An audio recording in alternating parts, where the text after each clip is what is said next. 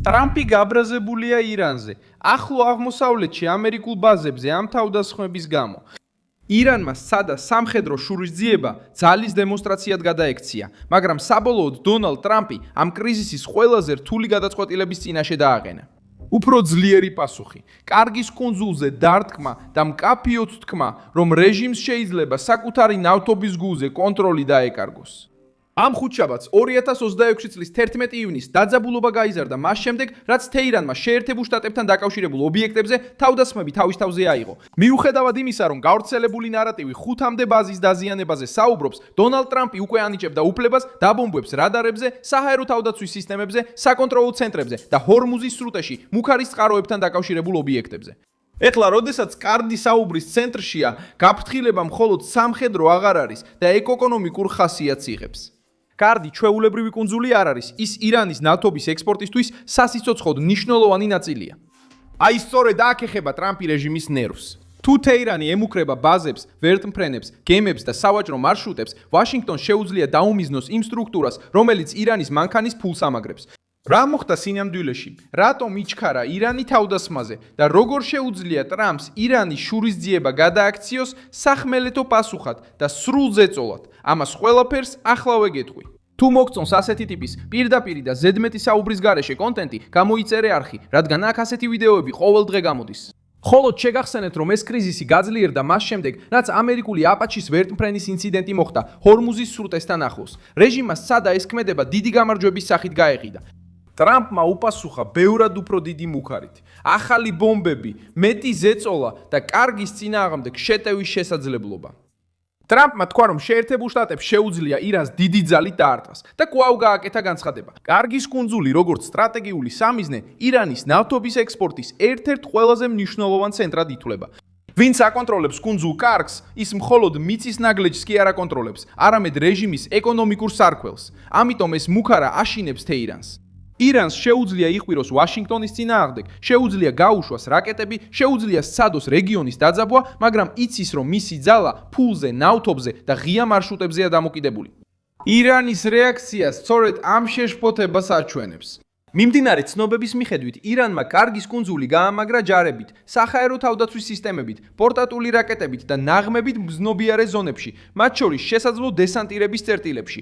ეს არ გავს 7 ადამიანის პოზიციას, უფრო გრავს რეჟიმის ქმედებას, რომელმაც მესიჯის მნიშვნელობა კარგად გაიგო. თუ ტრამპი უბრალოდ ბლეფობდა, თეირანს არ ექნებოდა ასეთი სიჩქარე კუნძულის დასაცავად. თუ ამერიკული მუქარა ცარიელი იქნებოდა, რეჟიმი არ გაამაგრებდა სწორედ იმ ადგილს, რომელიც მისი ცენტრალური ძალაუფლების ნაწილს ინარჩუნებს. Central de sua receita. ვინ დაიწყო მუქარა გემების, ბაზებისა და მოკავშირეების მიმართ რეგიონში? ვინ დახურა ჰორმუზის სრუტე, რომ ეცადა მსოფლიოზე შანტაჟი? ვინ ჩამოაგდო ამერიკული თვითმფრინავი და შემდეგ იჩქარა სამხედრო ობიექტებზე თავდასხმის აღიარება? პასუხი თეირანშია. ტრამპი მაქსიმალური ზეწოლის ლოგიკით მოქმედებს. აშშ-ის ფინანსთა სამინისტრომ ასევე გააფართოვა სანქციები ირანის რეჟიმის წინააღმდეგ, რაც შეეხო თეირანის სამხედრო და ფინანსურ სტრუქტურებთან დაკავშირებულ ქსელებს. ამასობაში აშშ-ის ცენტრალურმა სარდლობამ გამოაქვეყნა ინფორმაცია გემების წინააღმდეგ გატარებულ ღონისძიებებზე, რომლებიც ბლოკადის დარღვევაში არიან ბრალდებულნი. ვიმეორებ, რომ დაპირისპირება მხოლოდ ცაში ან სამხედრო ბაზებზე არ მიმდინარეობს, ის ასევე ზღვაზეც არის. საერთაშორისო რეაქციები აჩვენებს, რომ კრიზისი უკვე რეგიონულ ფარგლებს გასცდა. ევროპის კავშირი შევიდა მოლაპარაკებებში ირანის საგარეო საქმეთა მინისტრთან აბას არაქშისთან, რათა გაარკვიოს არსებობს თუ არა ჯერ კიდევ დიპლომატიური გზა.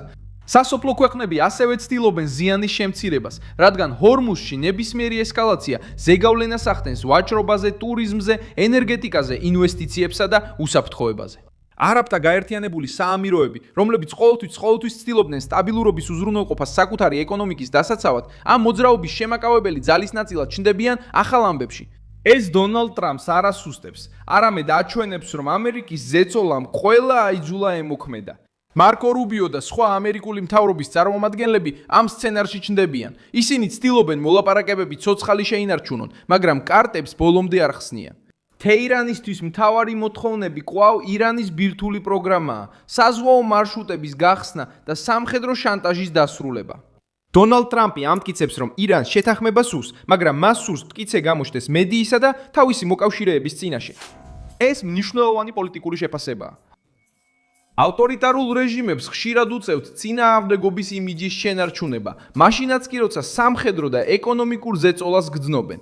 კარგი შემთხვევა სხვა დაპირისპირებებს მოგვაგონებს, როცა ვენესუელაში ნავთობი პოლიტიკური იარაღი გახდა. შეერთებულმა შტატებმა უკვე გამოიყენა სანქციები, კონფისკაციები და ზეწოლა ტვირთებზე, რათა რეჟიმთან დაკავშირებული ქსელები დაესუსტებინა. ერაყში ინფრასტრუქტურის, მარშრუტებისა და ენერგეტიკული საბადოების კონტროლი ყოველთვის სტრატეგიულ მნიშვნელობას ატარებდა. სხვაობა ახლა ისაა, რომ ირანი ბევრად უფრო შეიარაღებულია, ბევრად უფრო ახლოსაა მგრძნობიარე მარშრუტებთან და ბევრად უფრო მჭიდროდ არის დაკავშირებული ჯგუფებთან, რომლებიც რეგიონს არასტაბილურს ხდიან. ამიტომაც ტრამპი ცდილობს გაზარდოს ფასი მანამ, სანამ რეჟიმი თავს კომფორტულად იგრძნობს კრიზისის გახანგრძლივებისთვის.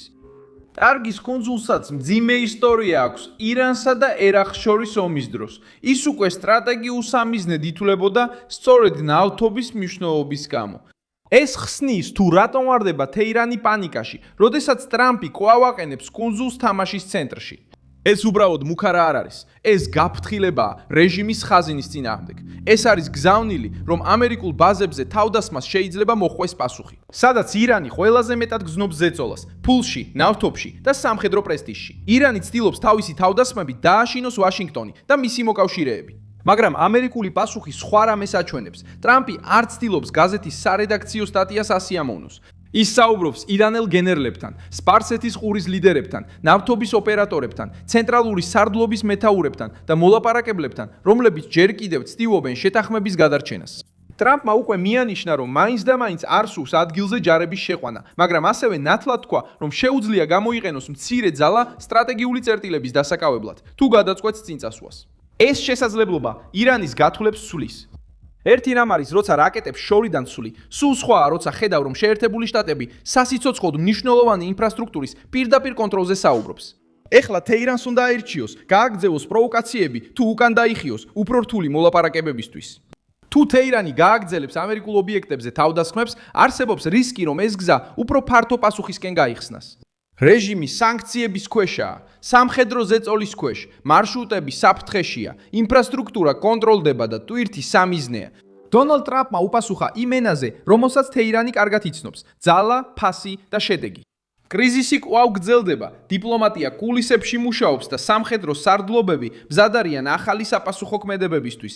ირანმა სცადა ბაზაზე თავდასხმები პოლიტიკურ გამარჯვებად ექცია. ტრამპმა კი ეს პროვოკაცია ირანის ნავთობის პირდაპირ მუქარად გადააქცია.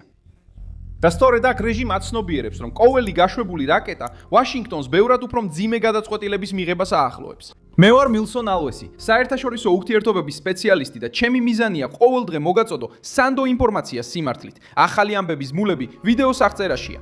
Balike ეს ვიდეო, გამოიწერე არხი და ბოლოს გადახედე კომენტარებს, რომ კიდევ უფრო მეტად ჩაერთო ჩვენს საზოგადოებაში. მილსონ ალვესი